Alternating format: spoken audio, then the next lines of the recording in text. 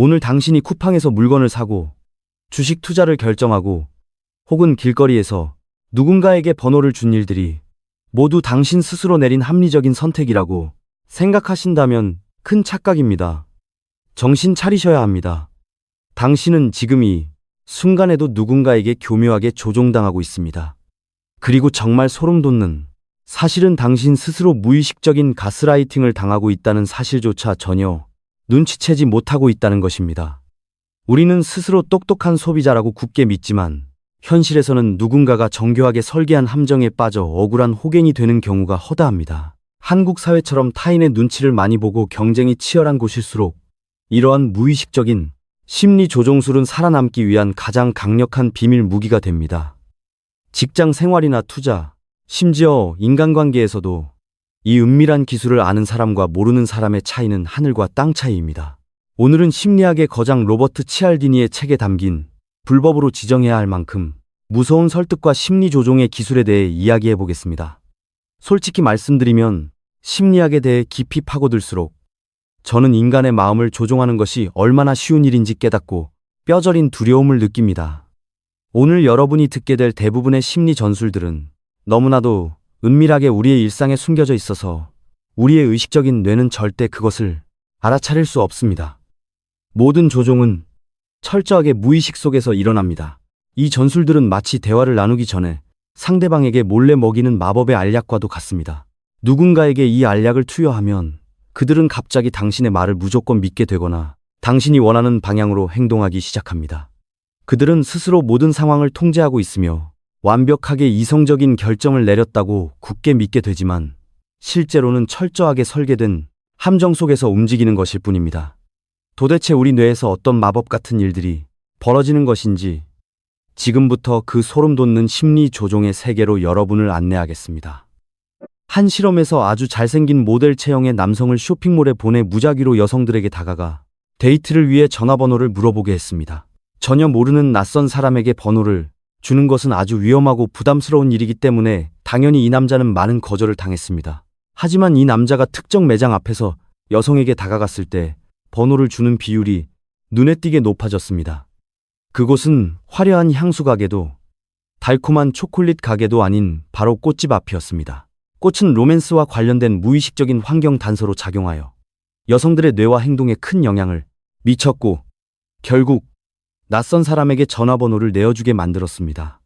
실험이 끝난 후 번호를 준 여성들에게 꽃집이 결정에 영향을 미쳤는지 물었을 때 모두가 절대 아니라고 강하게 부인했습니다. 자신들은 완벽하게 스스로 의식적인 결정을 내렸다고 굳게 믿고 있었습니다. 또 다른 비슷한 실험에서도 남성이 길거리에서 여성들에게 다가가 데이트를 신청했습니다.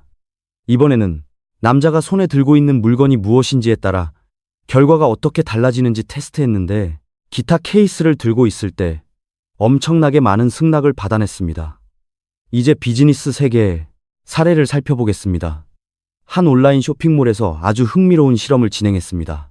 우리가 평소에 쿠팡이나 네이버 쇼핑에서 물건을 검색하고 고를 때와 완벽하게 똑같은 상황입니다.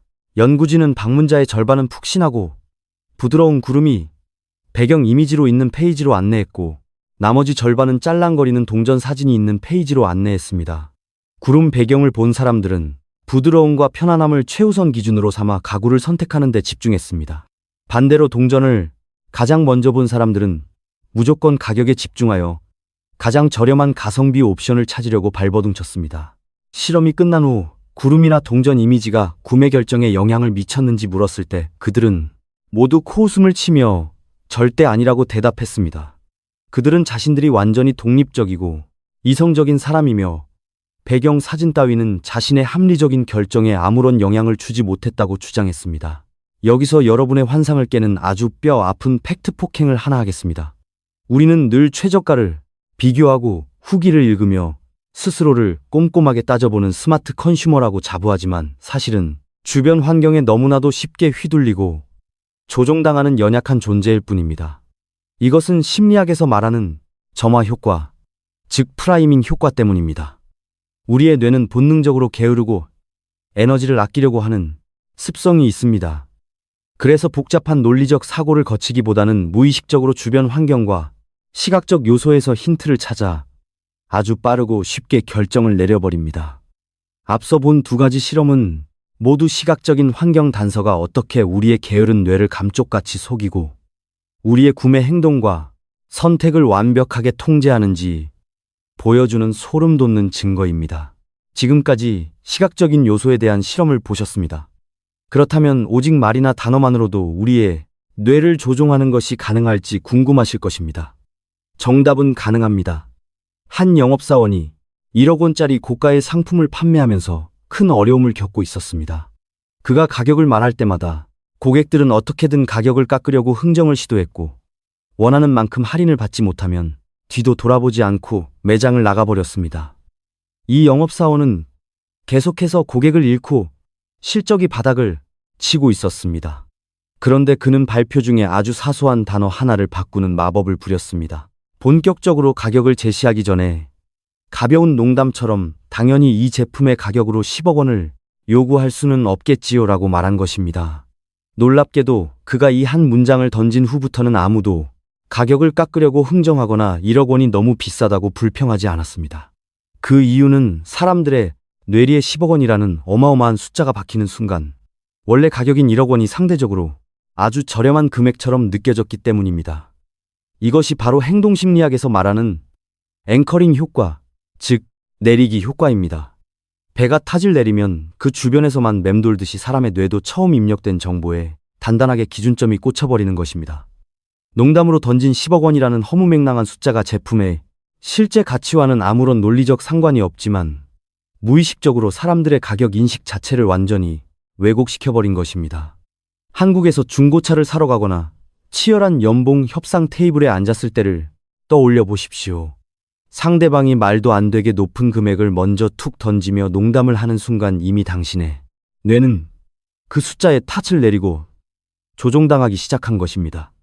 당신은 스스로를 철저하게 합리적인 사람이라고 믿고 싶겠지만 사실은 그 교묘한 말장난 한마디에 완전히 통제당하고 마는 것입니다. 마케터들이 고객들에게 새로운 에너지 음료를 테스트해달라고 요청한 실험이 있었습니다.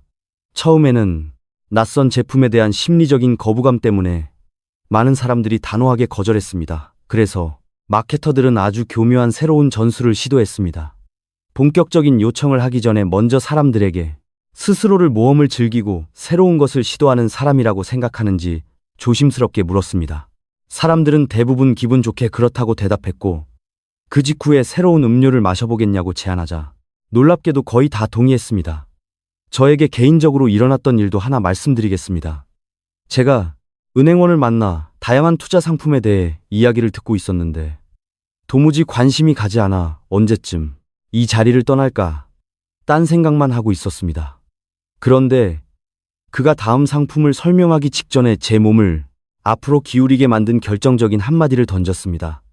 바로 지금부터 설명해 드릴 상품은 제가 저희 어머니에게도 전 재산을 투자하시라고 강력하게 권할 수 있는 유일한 상품입니다라고 말한 것입니다. 그 말을 듣는 순간 저는 그 은행원과 상품에 대해 무한 신뢰를 느꼈습니다.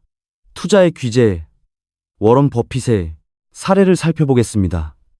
투자자들의 가장 큰 걱정거리는 버핏이 은퇴했을 때 회사의 미래가 어떻게 될 것인가 하는 점이었습니다.